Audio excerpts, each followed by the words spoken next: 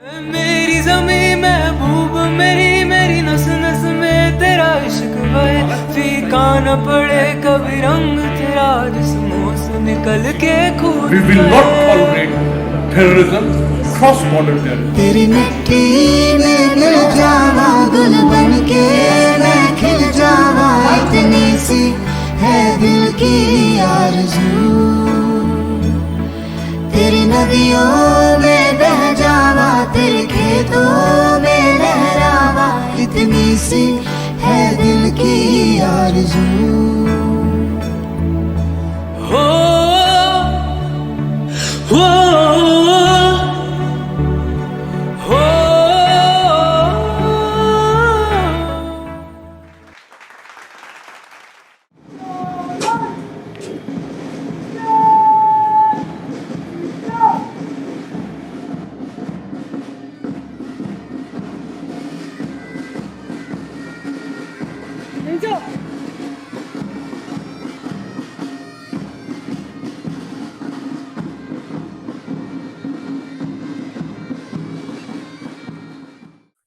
Good afternoon, ladies and gentlemen, boys and girls, from various schools, student delegates, faculty of Welham's, principal ma'am, sorry, I should have said that earlier, and ma'am, Mrs. Parnaik. It's such a pleasure to have both you and the General with us. Cannot thank you enough, coming from Itanagar all the way. It's quite an effort, and to have you here is certainly a high point for the school and for all of us. I have had the pleasure of knowing the General, His Excellency now, the Governor of Arunachal, for quite some time. I think I first met him when he was the 4 Corps Commander in Tezpur. We were doing the Northeast Trilogy at that time. And I first met him in Calcutta, then I went down to his Corps headquarters in Tezpur. And he was one of the people instrumental in helping make that series of books which later became extremely popular and helped in a way to fill the gaps that existed in the knowledge of the Northeast. He then became the Northern Army Commander and I visited him in Udhampur. Had a ferocious dog, Leo, correct? And we had a lovely evening there. So one has been following him and one has been in touch with him while he was in the army. And he was one of the finest infantry officers we've had. And so thank you so much for having sent me the film last night. That was absolutely inspiring stuff. The General is from one of the most famous battalions in the country, 2 Rajrif, which is involved in Tololing, in the capture of Tololing. And Rajputana Rifles is slightly different from the Rajput regiment from which my father is from. In fact, he was a young officer when my dad was commanding 26th Division also. As the Northern Army Commander, let's go straight to the chase, let's say. We were expecting trouble from the Chinese in 2012 because of a speech which Mao Zedong had made in 1962, where our ambassador, Mr. Parikar, was also present, where he had announced in public that they would be attacking us in 1962.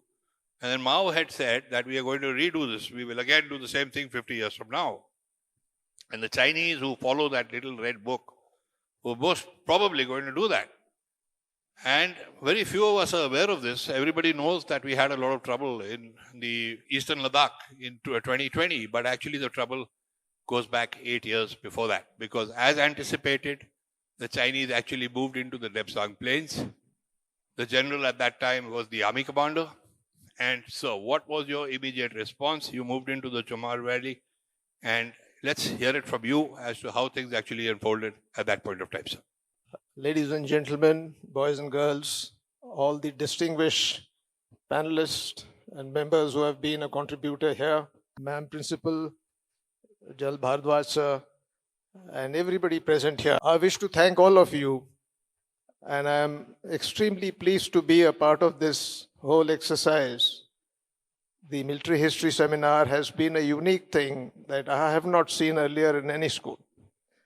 And I said so yesterday that it is these kinds of exposures which allow our young budding leaders sitting here to be familiarized with what is military all about. And I think this knowledge does stand you in good stead later on in life. Therefore, I once again thank you for calling me here and giving me this opportunity to speak to you. Okay, going straight to 2012, I'll just take 2 steps back before I dive into what happened in 2012. I took over the command on 1st of January 11. The dynamics of the Northern Command are well known to most of the veterans who are here. But for the sake of the boys and girls, Northern Command is dynamic in the sense you have to contend with the Pakistanis on the western border, the Chinese on the northern eastern, the terrorism, the radicalization, and the subversive activities which go around within J&K. So that's quite a bit of thing, and happening at the same time. I think there could not be a better challenge for a person to be amidst all these challenges at the same time. At the time I joined, the valley was undergoing a tremendous turmoil in the sense of civil disobedience, stone pelting, and terrorists joining the civilians and targeting the military using women and children as their shield. As far as Ladakh was concerned, there were normal activities of patrolling from both sides. However, there was always this method which the Chinese use when they sit in their vehicles and rush into our areas. Just to put the thing straight, Ladakh is almost about 750, 780 kilometers boundary of the line of actual control with China. There is no barbed wire there. There is no fencing. There is no wall. There is no marking of the boundary at all. I don't think in the whole world two armies face each other without having an established boundary. So it is supposed to be as is, where is, when it was decided to be line of actual control. This actual control, which started many years back when we started getting engaged in these areas, continued to be so all over the time. The Chinese announced that areas belonged to them in 1959. Then they carried out the operations in 62. They came right in. In fact, they came right through Arunachal Pradesh from Tawang and descended into the areas of Tejpur and Itanagar, claiming it as theirs. In Ladakh also, they made certain incursions. You have heard of the famous Battle of Chashul. And the issue has not been resolved ever since. We have had Peace and Tranquility Treaty in 93. We have had protocols and agreements in 2005, 2006, then 2011. But very cleverly, they continue to put things on the paper which really mean nothing. So that be the background, you dread to think, what are you going to tell your soldiers what they have to defend? So we are defending lines which we imagine to be ours. And they are defending what they feel is theirs. And both these imaginations actually crisscross. So over the period of time, there have been number of disputed areas. Now what you will be interested in is the actual size of China, which is extending as a bulge to the southeastern extremity. Over the years, during the dynastic rules in China and thereafter by the communist rule, these are the territories they have captured. If you start from northwest, they occupied East Turkmenistan, Inner Mongolia, they occupied Manchuria, they occupied Yunnan areas, and then they occupied Tibet. They are not satisfied still. they now want to get into our territories to carve off another small enclave as a part of theirs. Thank you. Can I have the second slide, please? Okay, this slide indicates the disputed areas from Ladakh to Arunachal. I have put some names there. This is only to show you that over a period of time, these are the disputes that have emerged between both of us. They have come and occupied some, we keep fighting, the occupation changes hand. We also do get into their hair, but officially recognized are these places. And if you see to the south of Ladakh, Pengongso Lake, Spangur Gap, etc. It is somewhere there in East Ladakh that the place Depsang is. It is part of the subsector north, and one of the most famous airfields there, known as the Daulat Beg Oldie airfield, exists in that area. It is sensitive because it sits east of Karakoram and borders the Siachen Glacier to its northwest. And it is also a gateway as the Indus River passes through this gap and flows to Karu, Leh, and Kargil and thereafter. Thank you. Let's go straight to Depsang. On taking over the Northern Command, I continued to visit the formations, logging almost 15-16 days every month. That was necessary to understand what was happening on the ground. My early visits to Ladakh indicated that there is a bit of exaggeration and a false sense of superiority being exhibited by the Chinese. Their patrols would come and trouble the locals who are in that line. They would come into areas where they could move faster on vehicles, whereas we had to foot it out. So my first priority was to get my roads and tracks in order so that even I could move by road on vehicles. A lot of work had been done before I came by my predecessors, and I only tried to speed it up. And special emphasis was north bank of Pengongso, and of course the famous DS-DBO road, which goes to the Daulat Beg Oldie. The sensitivity of all these areas was such that we neither had the troops to guard all of them at all times, nor we did have the surveillance to see such a vast area from north to south.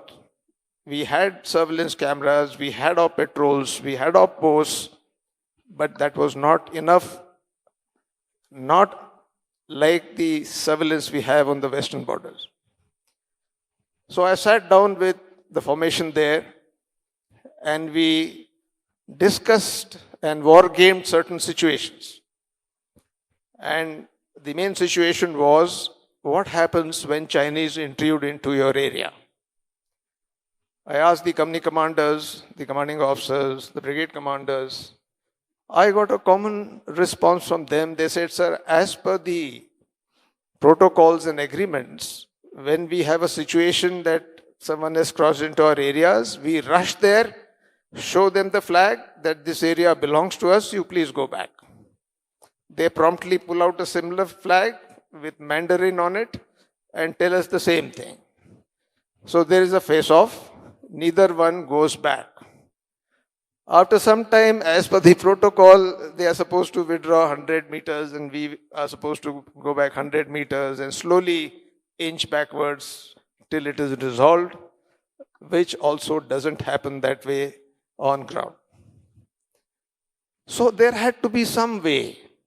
I was looking for a leverage which I could use to ensure that they don't stay there permanently and have to go back. And sure enough, this idea of a quid pro quo. Now, this has been a strategy which has been talked of in those areas. That in a vast area, if he can come in, so can I. So we made a plan. I made the formation select 5-6 sensitive areas which were seemingly in their own Chinese perception. And I gave orders to the formation that whenever there is such an intrusion, these are the priorities of these objectives: a company strength with full protection, communications and surveillance will move into these areas, occupy and sit there. These occupations don't have to be in the face-off area. It will be far off from there, where he is not able to detect you at least for 48 hours.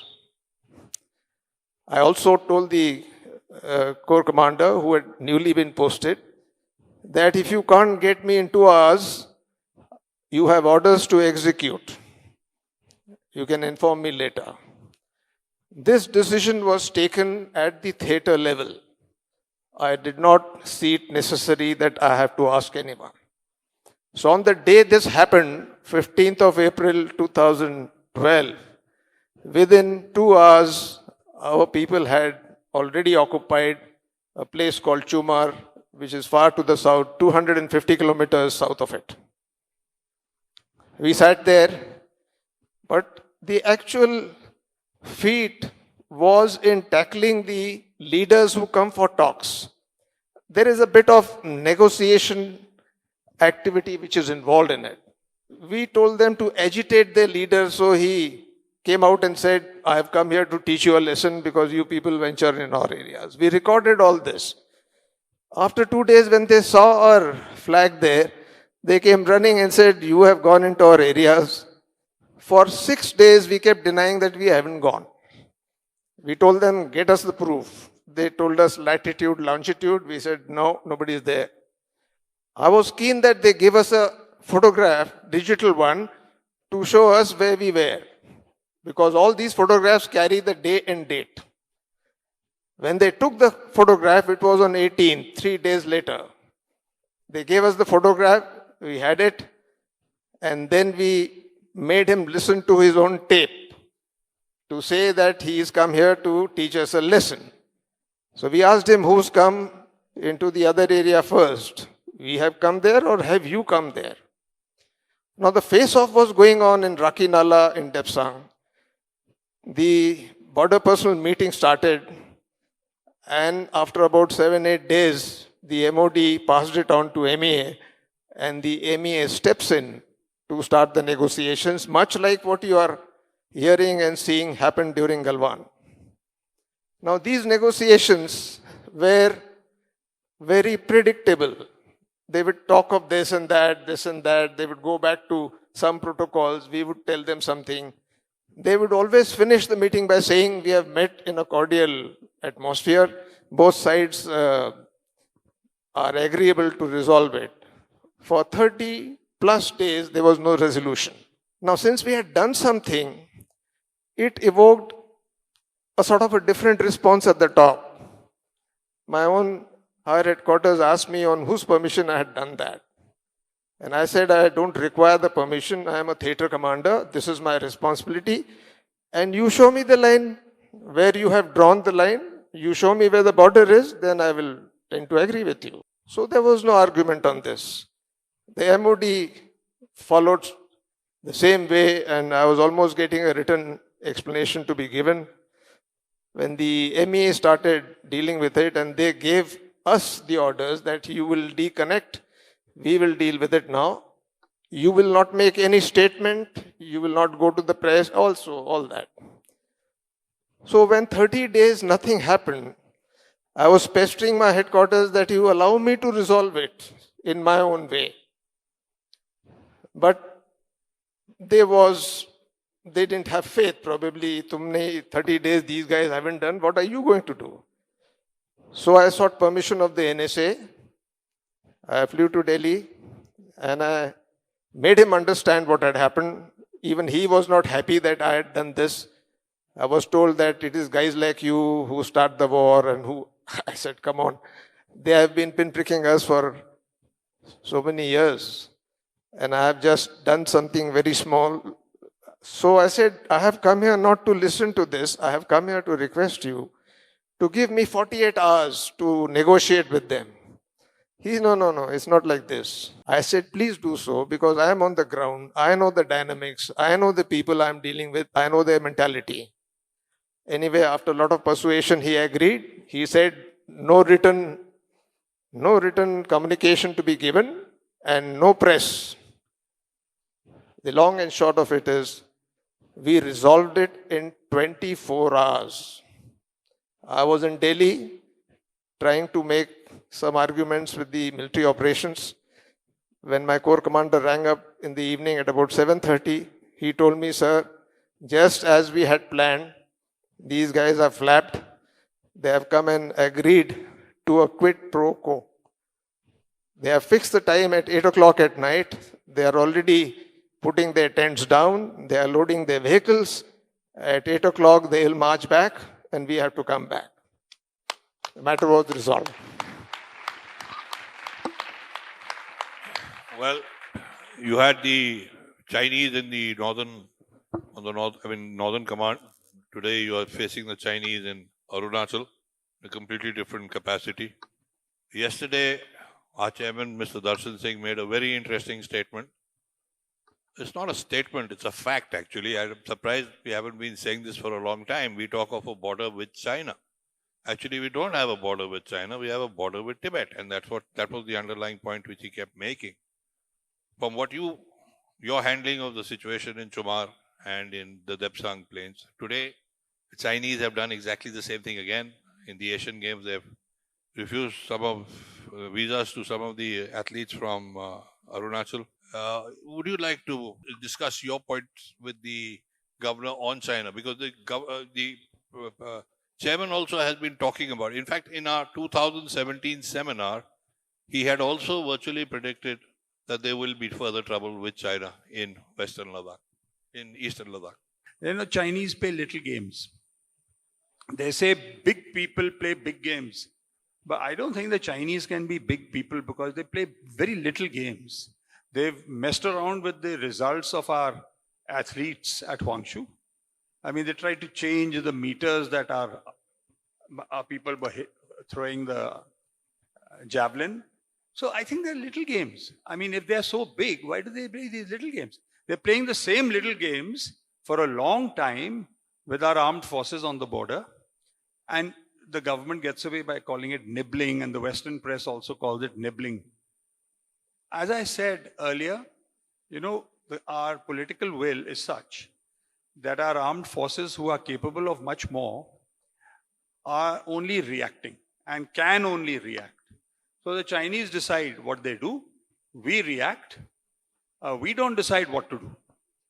Fortunately, we did move in once in a surgical strike in Burma, once on the Western front, and then we did Balakot.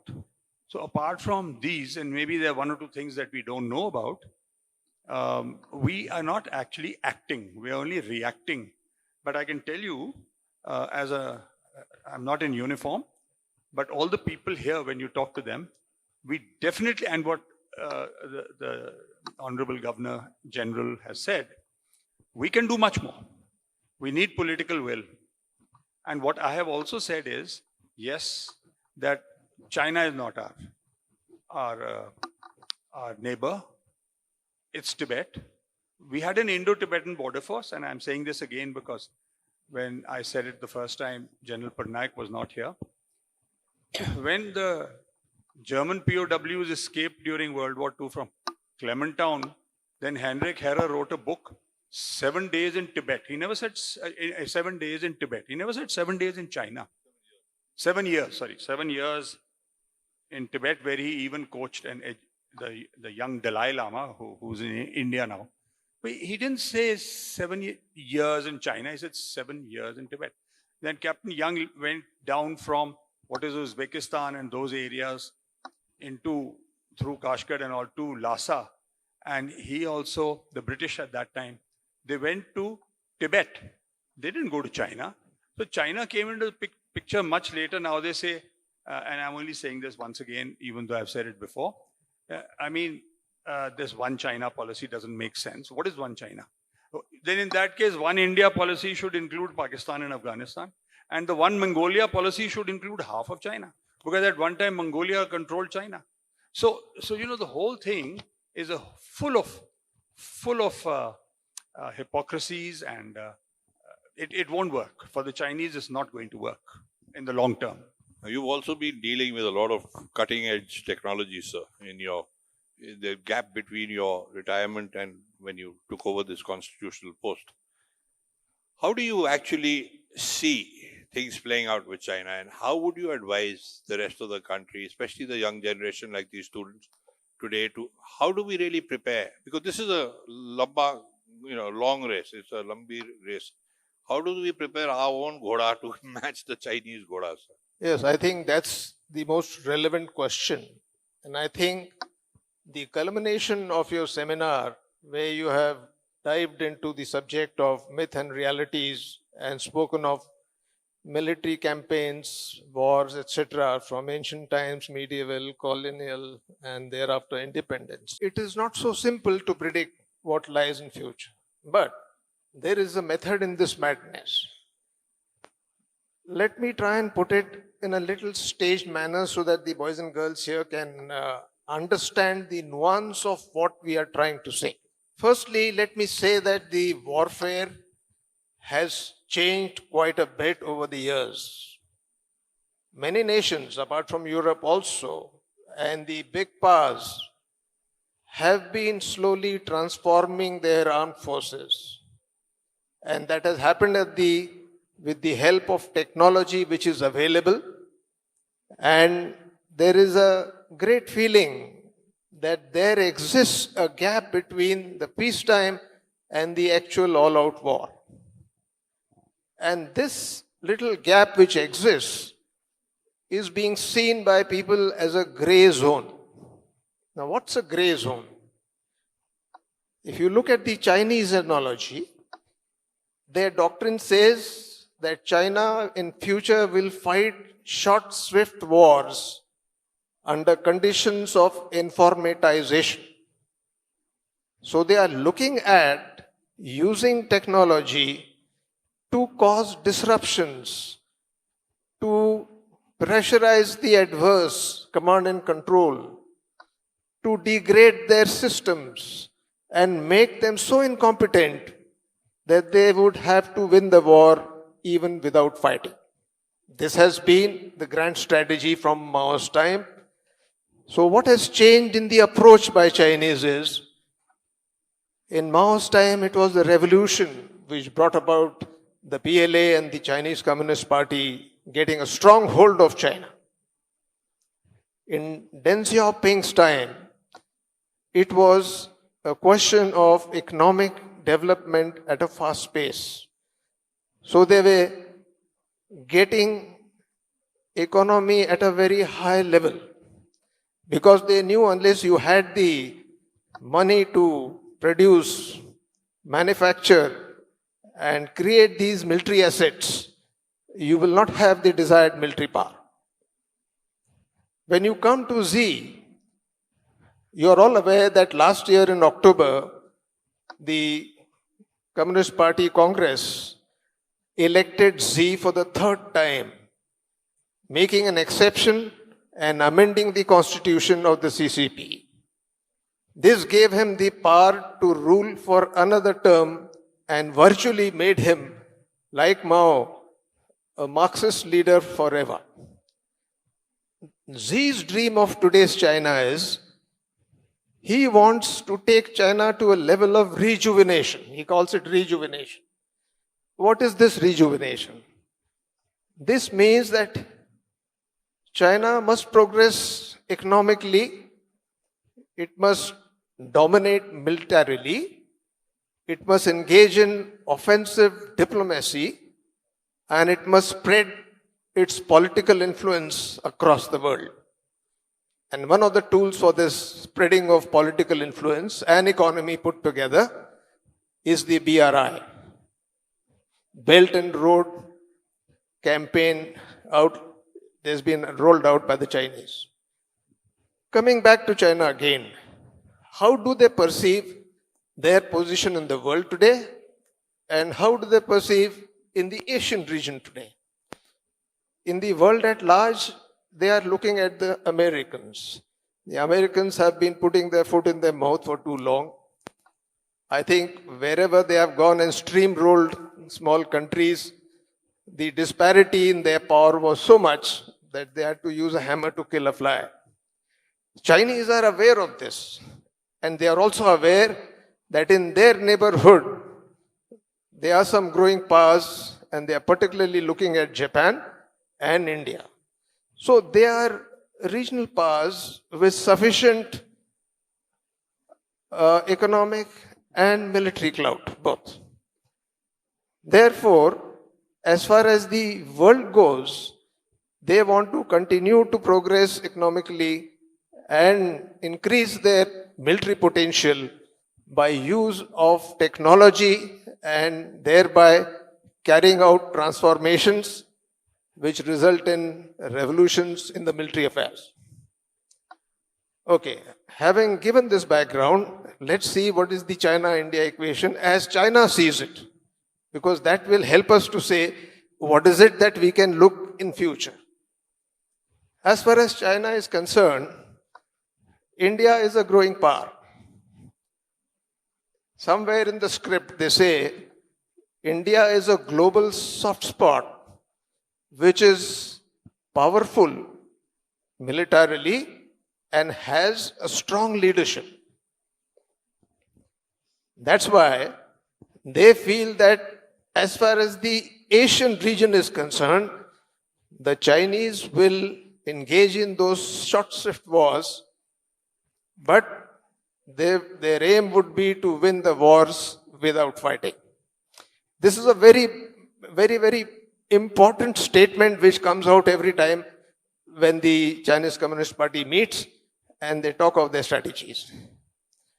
So if he has to do that, then he has to resort to other measures. So what is he doing? He feels the best way to deal with India is to keep it strategically imbalanced and also needle it so that it is remaining unsettled. And thereby they have adopted a strategy of keeping the LAC alive and not settling the borders. They have kept the facade of not resolving any issues with India, which is not to their favor. They have ensured that their collusivity with Pakistan helps them to divert our attention elsewhere at the time when they are dealing with us. It also ensures that they use the veto power in the UN, which is favorable to Pakistan and to themselves all the times. Now, these are the methods by which it is keeping us unsettled as per him. At the same time, in the subtext, he says that if all this does not work, then he is prepared to go all out for war. Why war is not the preference is that Chinese step to become a global power necessitates that it becomes first an Asian superpower. So he wants that in Asia, his might should be unchallenged, and he wants his adversaries to agree to his way of thinking. Now, all these are ifs and buts, which have led us to now believe, the strategists are now saying, what is it that we will see? So I'll hazard some guess. The first thing that I feel will happen is that Chinese have been, you're all aware, they have created the integrated theaters. There are 5 of them. The Western Theater Command lies in the Western area, which is primarily meant for India. It has 2 autonomous regions, the Xinjiang and the Tibet.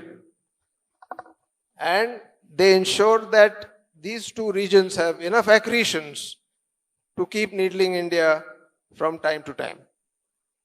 They have gone in for a major technology upgrade. Now, what new has come?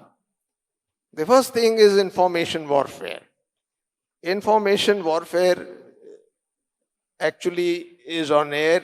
It comprises of many things like cyber, it comprises of propaganda, cyber, it comprises of cognitive aspects of dealing with the human beings. I mentioned perception management, which we try to do in JNK. So they are trying to carry out these activities. They see that there is a fragility in our political domain. They see that there are a lot of vociferous tendencies, insurgencies, and rebellions in the country. They want to take advantage of that. They also see that it is easy to, change the subtitle here, and you're seeing what is happening in the parliament nowadays, and the type of activities which the news spells out every day.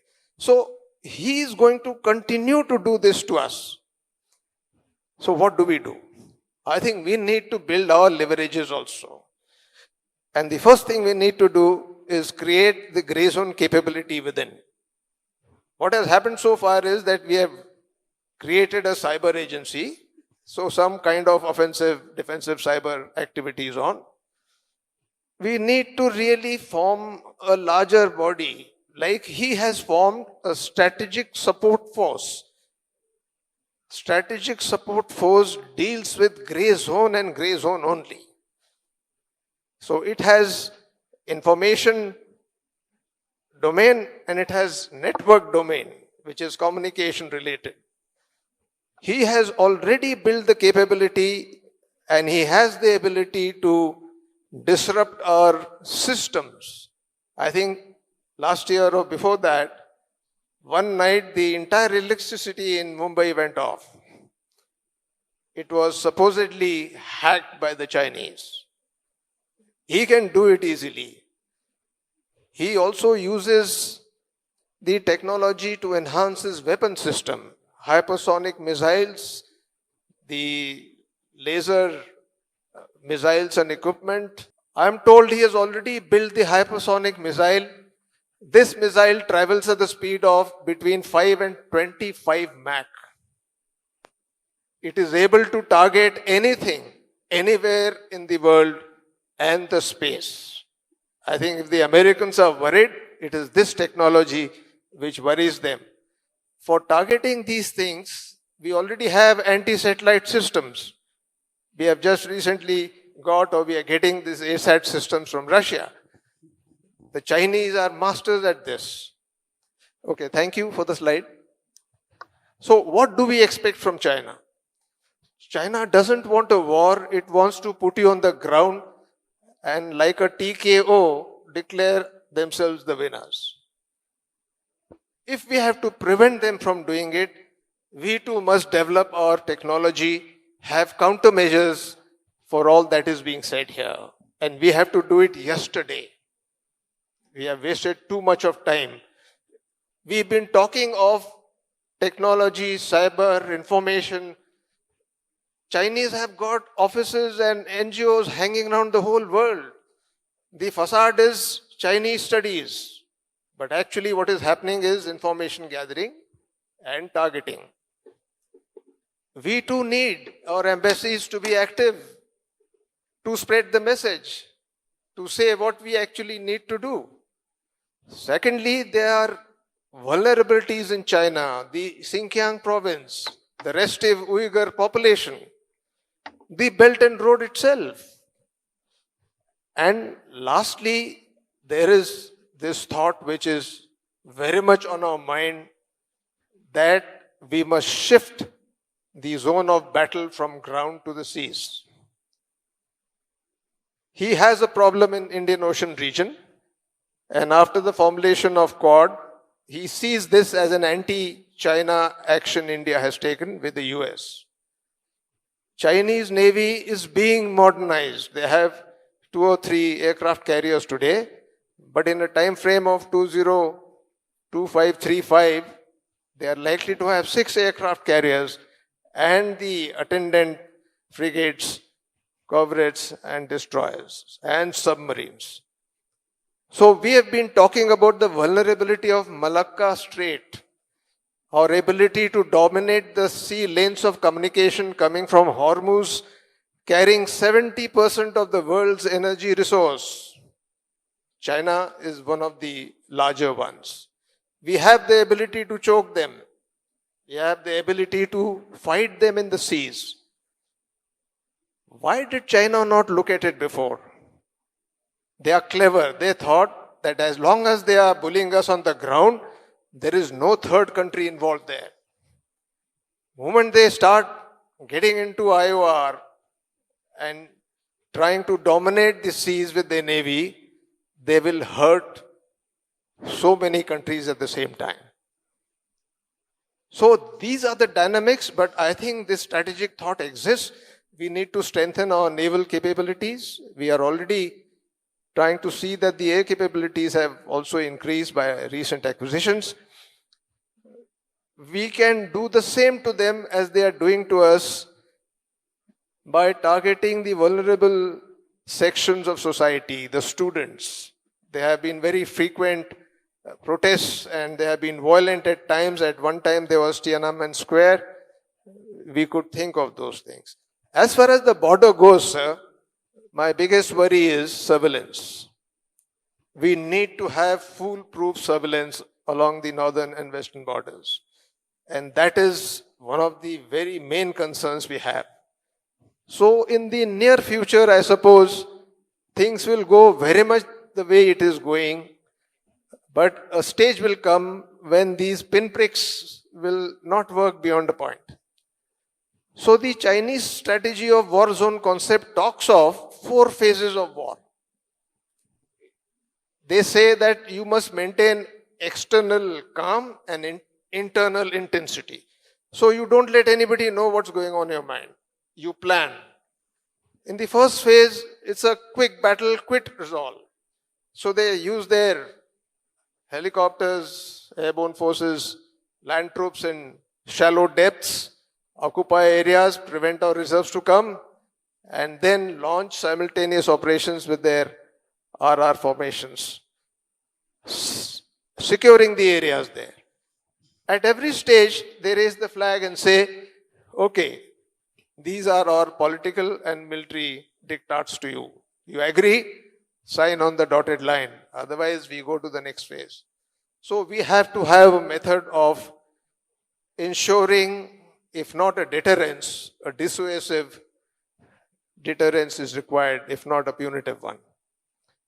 The actions being taken in Northeast, since I am there now, one of the new projects which the Honorable Prime Minister has started is the Vibrant Village Program. Unlike the borders in Sikkim and in Central Sector and in Ladakh, Arunachal border is too long, 1800 kilometers, and the first habitat which exists along the LAC is 20 to 50 kilometers inside. There is a huge chunk of land which is unheld. Though the terrain there is very, very stiff, it is almost 13 to 15,000 feet. Most of it is under snow. So this new program is to make the villages which are closer to the LAC vibrant. And they become vibrant by road connectivity, by getting them electricity, communication, greenhouses, self-sufficiency. This development is collaborative between the army, paramilitary and the civilians. We have already started off with few villages. Things are moving and my directions to them, to the army and the others also are that soon as this is done, you will start moving these people towards the border. Like we do in Ladakh, they will seek grazing areas where they can camp and we can leave telltale signs that area belongs to us. Now, these are some of the passive activities we can do. But I do feel that in the near time, they are not going to sit and watch. They will continue to needle us if we don't find the leverages and don't hurt them enough. It will continue. Last point I want to make is economic. You know, despite all the chaos that happened in Depsang and in the fight-off that we had, there were noises in the country to abstain from economic activity with China. Our trade with China is more than $200 billion. It's in their favor to more than $70-80 million that they earn. Stopping or curtailing this trade will shake up the economy like never before. So it has to be done very gradually and slowly. So if the Americans have a problem with the Chinese, I think the balance of trade between America and China is also in favor of China. They are sitting on the money that they are second largest economy today, and we can ill afford to touch them economically. China is like a ship, sir, which is sailing on the high seas. It's a massive ship. The winds, the sails are full of wind.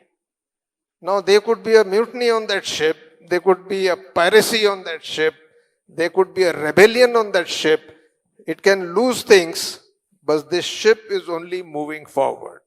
We have to keep that in mind, and rest of the strategy gets drawn up accordingly. I think the two major takeaways here before His Excellency addresses the students.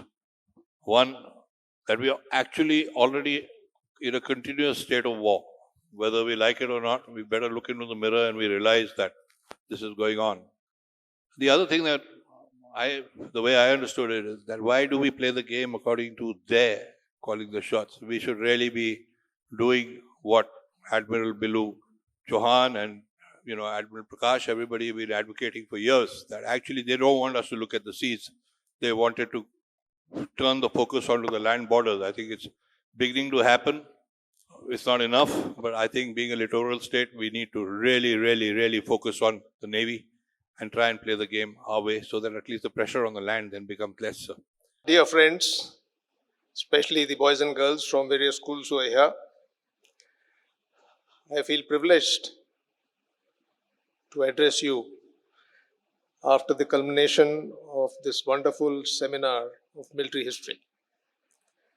What I've seen in the school and I've seen the way this whole seminar was conducted leaves no doubt in my mind that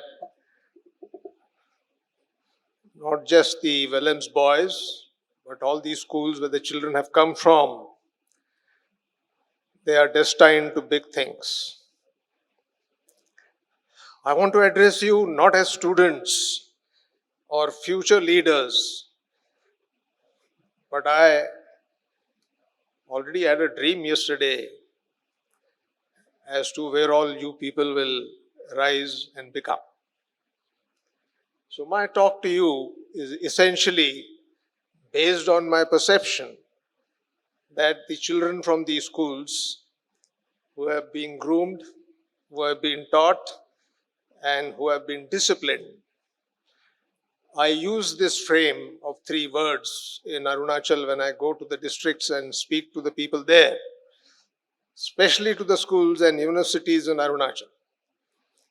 And the key word is for all students to know that they ultimately must be, in Hindi they say, Shikshit, Anushaasit, Prerit.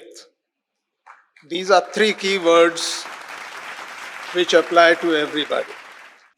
When you grow from the school, and especially when you are in the senior school, you are already transforming into a very wise teenager and beyond. Therefore, one particular word which always comes to all of us is success.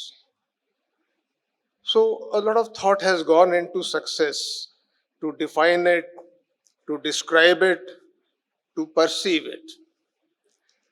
I'll take one such definition and say that success is the gap between who you are and what your potential is.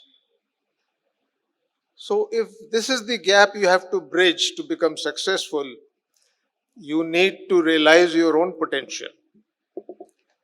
These potentials will keep changing with circumstances. It will keep changing with environments. It will keep changing in the places that you work and serve. Therefore, most of these issues lie actually in your mind. And this is the age of thinking, of aspiring, of dreaming. They say the best dreams are not those you get at night when you are fully asleep, but they are those which come to you in broad daylight, which push you, which goad you, which encourage you to do and take the next steps. Now that's the dream you got to live. And these dreams are not supposed to be announced from the top of the house to everybody. These dreams are to be kept within till they fructify. Then you can walk and say that action talks more than what you say. Therefore, success is something that we all get in some measure or the other. What is the contributing factor for success? Again, this is an abstract subject. You can talk of many things that lead you to success. I would like to dwell on some issues which are close to my heart, and I feel that is responsible for the greatness that you will achieve. The first and foremost thing that comes to my mind is your ability to take, your ability to absorb, and your ability to grasp. Learn to take things. Sometimes we close our mind in a lot of things. You get bored in a lecture, you switch off. You don't want to hear some people if they are harsh on you. But your ability to grasp the essentials of what is being thrown at you will enable you to walk the talk. So try and imbibe this quality of listening. It's a great virtue. If you listen carefully, you imbibe a lot. The second thing is attitude. As we grow, we all develop attitudes of all kinds. There are some who are show off. There are some who are within themselves. There are some who are passive about everything. Chalta hai. There are some who are quietly absorbing what they want and ignoring what they don't need to. Attitude is the culmination of your abilities, of your behavior, of your understanding, and of your civic sense. These attitudes are built at this age when you're growing. And a lot of these attitudes stick on to you when you get into various professional arenas. So attitude is something that you need to decide yourself how you want to take it. And attitude comes with knowledge, it comes with understanding, it comes by seeing the social behavior of the society at large, of your environment and your own home. Commanding officer who is not happy with his team, so he gets them and he hollers them upside down, you, this, that, I will sort you out, I'll hang you upside down, I'll send you to the moon. He says all kinds of things. And on and on and on he goes. Suddenly the person from the office comes and he says, sir, there is a phone call for you. It is from your commander. Oh, you see his demeanor change. Commander, oh my God. Hello. Sir. Yes, sir. Oh, okay, sir. But, sir. Oh, no, sir. No, yes, sir. See the change. So he is trying to just bully you because he has a senior rank. And he is so scared of his superior who is not even standing in front of him or maybe giving him some instruction. He is just trying to please him. Is that necessary? No. A good, sensible leader would continue to maintain his body language as a commanding officer with respect for himself and respect for others. He will speak in a tone of respect, but he'll be firm, he'll be forthright, and he will expect no nonsense from you without raising his voice even this much. That's the art. You can't be double-faced. Let me assure you that wherever you work, the more senior you become, the more observed you are. More lonely you become, more within yourself you will be. So try and inculcate friendship. Make friends, make acquaintances, have hobbies and pastimes. Don't ever get into a situation where you say, "Main to bore ho gaya." That word is not supposed to be in your dictionary at all. A intelligent and knowledgeable person will always have his activities planned. He's in school, he's at work, he gets a free time, he spends with family, he goes out, he goes for a workout, he goes to the gym, he plays a game, he has some entertainment. Something is happening. If there is time on your hands, spend it gainfully. And my indication is two things which as a generation we are forgetting in recent times. One is reading and the other is writing. If you read good books, it enriches your soul, it improves your vocabulary, it improves your perception. And if you try and write something, keep it away and read it after 2 days, your own paragraph will show you your face as to where you are. So ability to articulate while writing or reading is an ability that you must acquire. It will stand you in good stead whether you are a politician, whether you are a doctor, engineer, professor, any profession. Your ability to articulate yourself, to be brief. This is another ailment that we have, and people in colleges, universities call it as a verbal diarrhea. There are guys who yap, speak, talk. There is no end to it.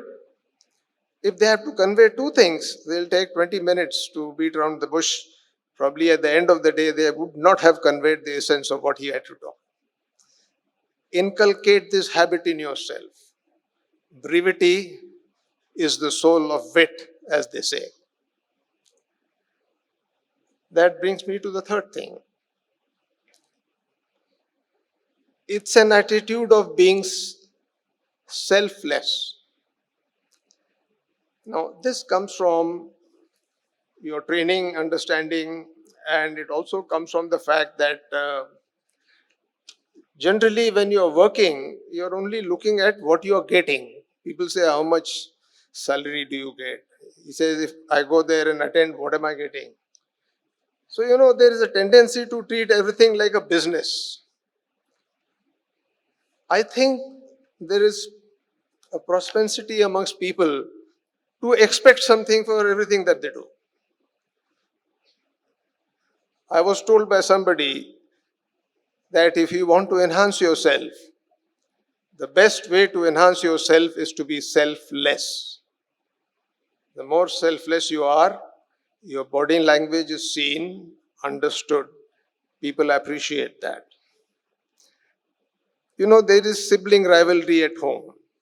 Elder brother, sister. So the parents have a difficult time figuring out who's their favorite and who's not, but generally they treat you all as equal. You'll always find that one of the siblings who is willingly sharing his things with other becomes the favorite. At home, in school, also at work. So giving is a noble thought. And being from the armed forces, I would like to quote this little thing to you, which I admit drove me for 41 years in the army. I was asked in the interview when I was retiring after that Dipsang incident. It was Nitin Gokhale from NDTV, he was interviewing me, and I told him, don't ask me about Depsang, you can ask me anything. So he said that he did ask me about Depsang. He said, sir, in your long service, tell me one thing which you have learnt and you have imbibed. I said, 41 years and one thing, it's not possible. He says, thoda soch ke batao. So we took a break, we had a cup of tea, and I was wondering what should I tell him, because it's on record. And I suddenly remembered something which has always been with me, but I never knew that it existed. And that, ladies and gentlemen, boys and girls, was the simple prayer that we read every day morning in NDA. I would like to read some lines to you. Our NDA prayer was, "Oh God, help us to keep ourselves physically strong, mentally awake, and morally straight, so that in doing our duty to Thee and to our country, we may keep the honor of our services untarnished. Strengthen us to guard our country from external aggressions and internal disorders, and awaken an admiration for honest dealings and clean thinking, and guide us to choose the hard truth or the right instead of the easier wrong. Kindle our hearts with fellowship for our comrades at arms and with loyalty to the men we command. Endow us with the courage which is born of the love of what is noble, which knows no compromises nor retreat when truth and right are in peril. Grant us, O Lord, new opportunities of service to Thee, to our country, and to the men we lead." And the last line was, "Ever help us to place such services before self." I think, and I'm only counting the first sentence. And I told Nitin, I said, I now remember this, and I can truthfully tell you that in my whole service, I lived up to this motto which I read and promised to myself: remain physically strong, mentally awake, and morally straight. There is a lot to learn from what we are talking. Ladies and gentlemen, I come to another aspect which I discovered as I grew in rank and become senior. And I realized that when you're dealing with large body of officers, men, troops, and as a senior officer, you're taking a decision every few minutes. So you have to have the capacity to understand what your responsibility is. There is a changing dynamics. In operational areas, situations change like this. New situations come before you can deal with the old ones. And you have to have the ability to multitask, to give a decision which is well thought of. It's a difficult thing, but it has to be done. Now, that is where I realize, because I realized that whole day I was speaking and talking and giving decisions. At the end of the day, I was heavy and I couldn't see my dark. So slowly it dawned on me that there is one factor which enables you to convey things without even speaking. And that, to my mind, is our body language. Body language is a science. It's also an art. It is something that you need to understand. Now, it's not difficult to understand. If you are observant of your friends, of your teachers, of your parents, of anyone else, or especially those who are in your chain of reporting, seniors or juniors, a few days observation will tell you the character that you are dealing with. It will tell you how true he is to what he says or not. It will also enable you to convey certain messages in a very silent manner. Take, for example, this commanding officer who found that his officers were indisciplined, they were not punctual, and they always were late for things. He thought of giving them a piece of his mind, then he decided otherwise. Instead, he changed his tack. Very lovingly, he told them, gentlemen, we have some new activity, and let's meet at the club at 8 o'clock. Everybody broke off.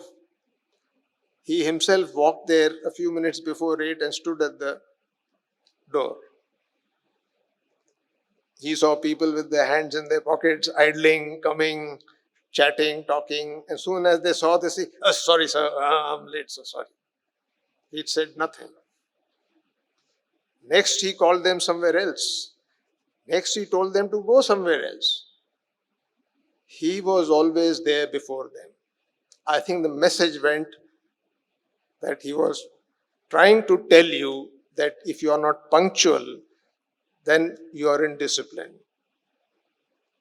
I think the people understood this, and the manner in which they behaved thereafter resolved this problem.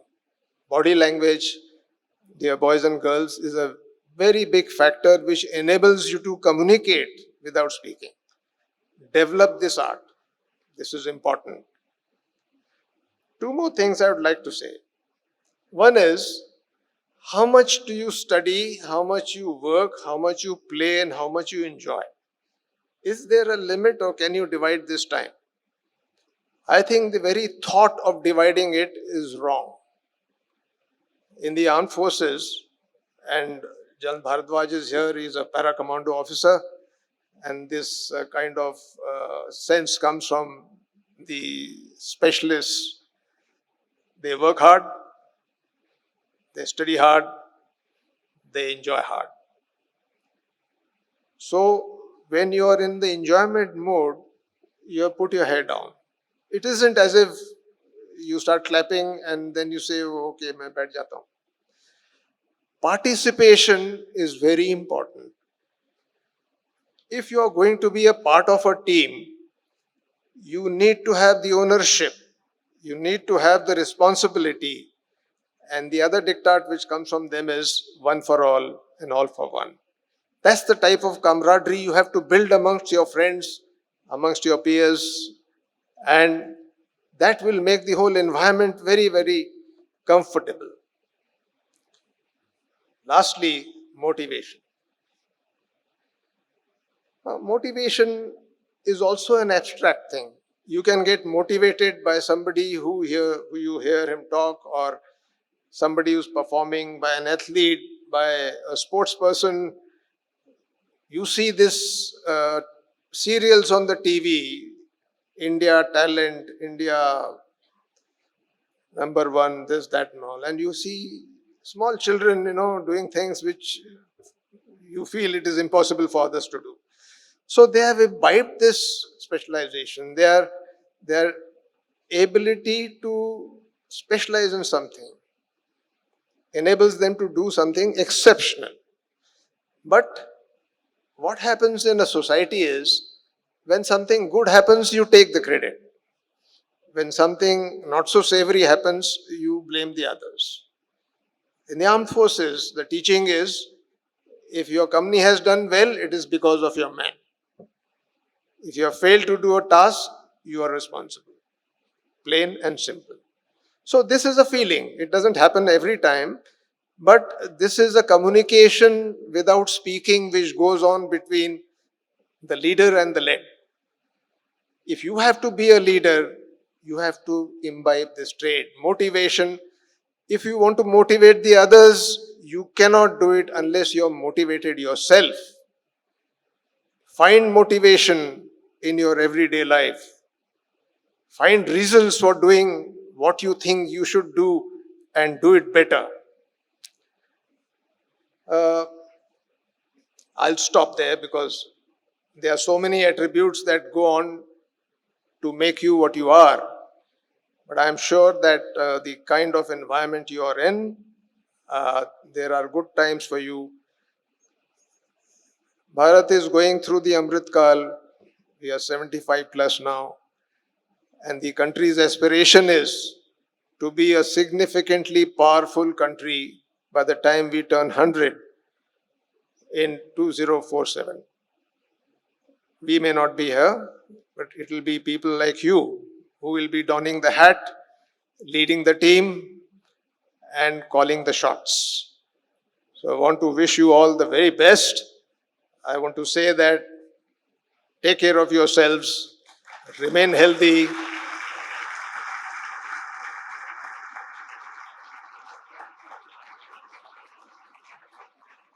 remain happy, and there is one thing in your life which is more deadly than the COVID.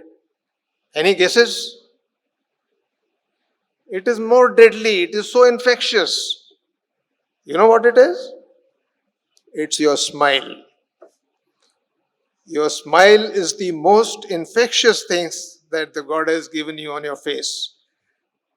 If I was a leader and I could see smiles on the face of my men and my officers, I slept peacefully. But for that, I had to smile as well. So keep smiling and wish you all the best. May God give you everything that you aspire. And my best wishes to all of you. Thank you. I have enjoyed this session, and I'm sure that we will see more of you people as you grow. Jai Hind, Jai Bharat.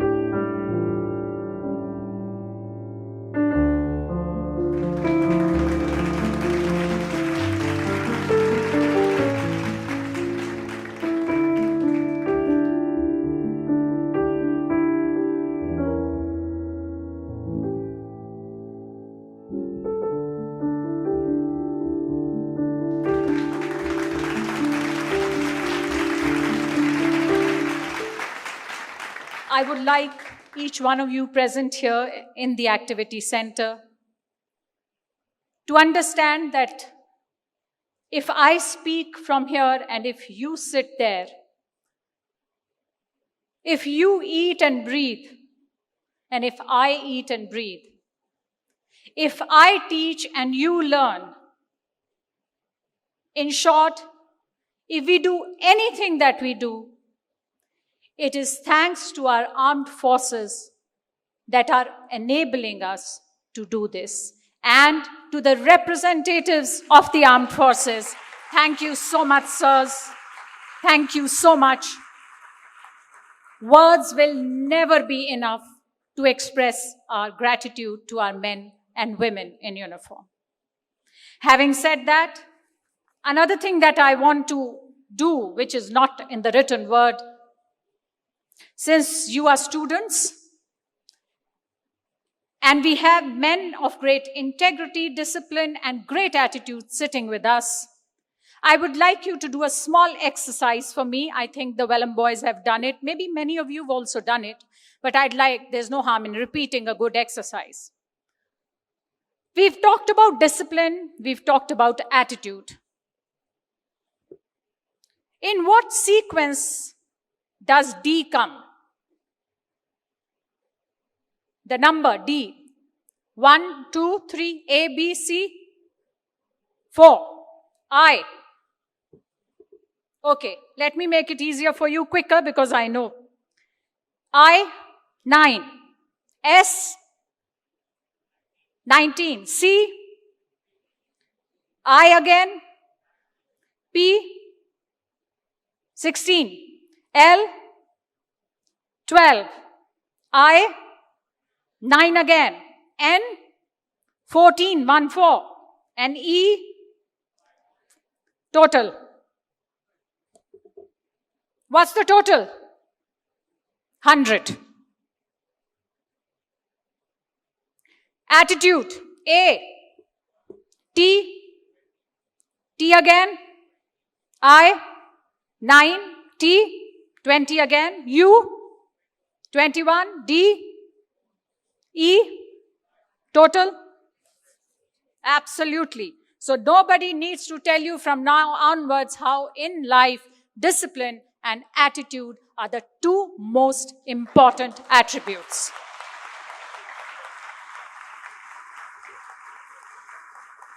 Study the past if you want to define future.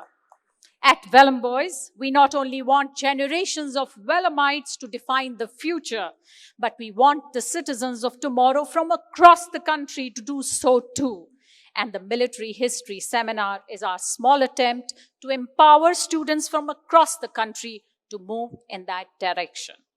Good afternoon, Honorable Chief Guest, for the closing ceremony, His Excellency Lt Gen KT Parnaik, the Honorable Governor of Arunachal Pradesh, the gracious First Lady, Ma'am Parnaik, Mr Darshan Singh, Chairman, Welham Boys School, Ma'am Gunmala Singh, Lieutenant General P.C. Bharadwaj, Vice Chairman, Welham Boys School, Ma'am Deepa Bharadwaj, esteemed resource persons, guests, delegates, accompanying teachers from various schools across the country, colleagues, and my dear Welhamites. On behalf of Team Welham, it is indeed my privilege to express my gratitude to all of you for having been a part of Military History Seminar 2023. At the closing ceremony of MH22, I voiced my hope for raising the bar in 2023 to give the delegates and our students an ever more meaningful and immersive experience, and I hope we have been able to achieve that. The MHS of Welham initiative, an experience so unique to Welham Boys, is not just an event for us, but a matter of great pride. For it is a celebration of the valor and sacrifices of our armed forces and our minuscule way of paying tribute to all that they do for us. It is also a huge opportunity for hundreds of students from across the country to interact with ladies and gentlemen of great eminence and wisdom, such as our resource persons, and that too in physical space. As we draw the curtains on yet another military history seminar, I want to extend my heartfelt gratitude to our chief guest for the closing ceremony, His Excellency General KT Parnaik, the Governor of Arunachal Pradesh, and the gracious First Lady, Ma'am Parnaik.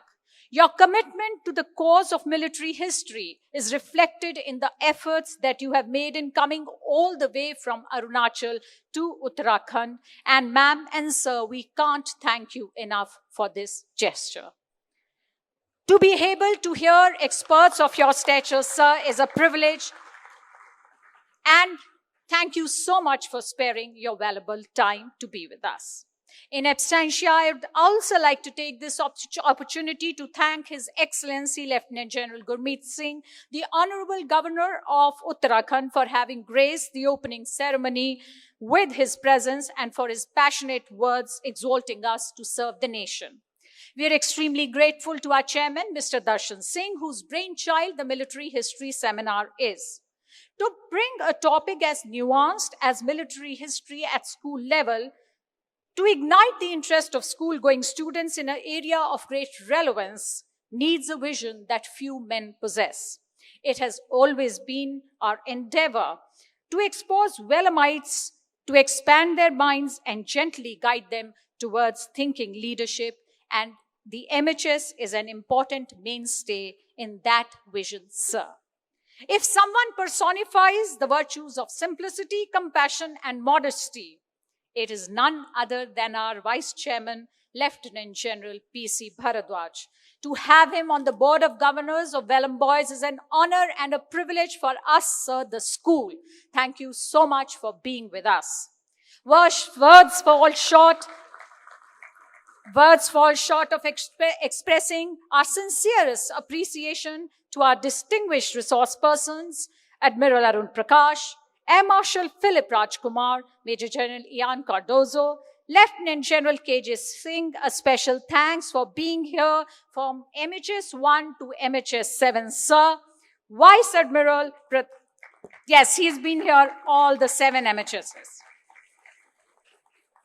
Vice Admiral Pradeep Chauhan, Lieutenant General Harinder Singh, Major General Jagatbir Singh, AVM Arjun Subramanyam, Major General Yash Moore, Dr. Sanjeev Chopra, Ms. Kajri Kamal, Mr. J. Sai Deepak, and Colonel Ajay Raina.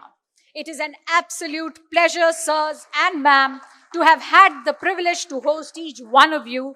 The delegates are going back enriched thanks to the vast knowledge that you have shared with them. To Mr. Shiv Kunal Verma, we owe our gratitude for all his insights in curating and facilitating this event.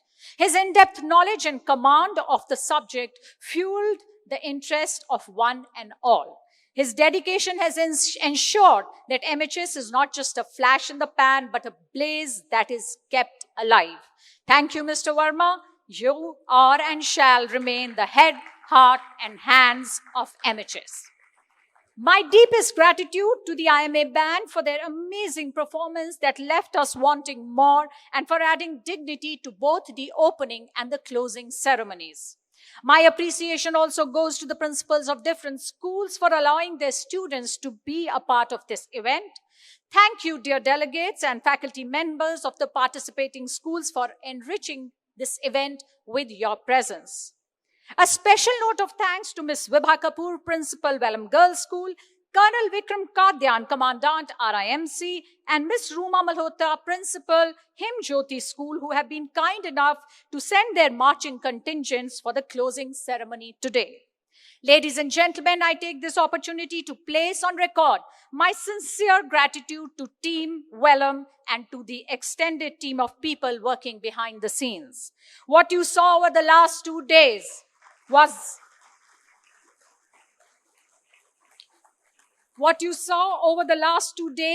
culmination of weeks of hard work put in by not just the academic, but also the admin, catering, security, transport, hospital, and support staff, and of course, my beloved Welhamites.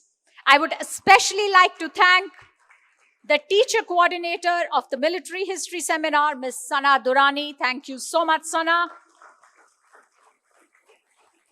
The LOs, the mentors, the IT team, the light and sound team, the art department, the Welham News, the music department, the NCC contingent, the school choir, the MCs and students who seamlessly facilitated the stage proceedings, and of course, the student volunteers who were all a blessing. To the batch of 2024. To my prefect body, led by my very efficient school captain, Triambak Kartik Prasanna Raj Pathak. Thank you so much, boys. Keep it up. The way you are going, you will leave a lasting impact on all of us. I conclude with a couplet by the great poet Majru Sultanpuri ji that in a nutshell encapsulates the movement that the Welham Initiative, the Military History Seminar, has become from its inception to now. मैं अकेला ही चला था जानिबे मंजिल मगर लोग साथ आते गए और कारवां बनता गया. I salute the Welham spirit that has the strength to create a movement, a caravan that is making inroads into the hearts and minds of students across the nation. Thank you once again, everyone, and see you at MHS 2024. Jai Hind, Jai Bharat.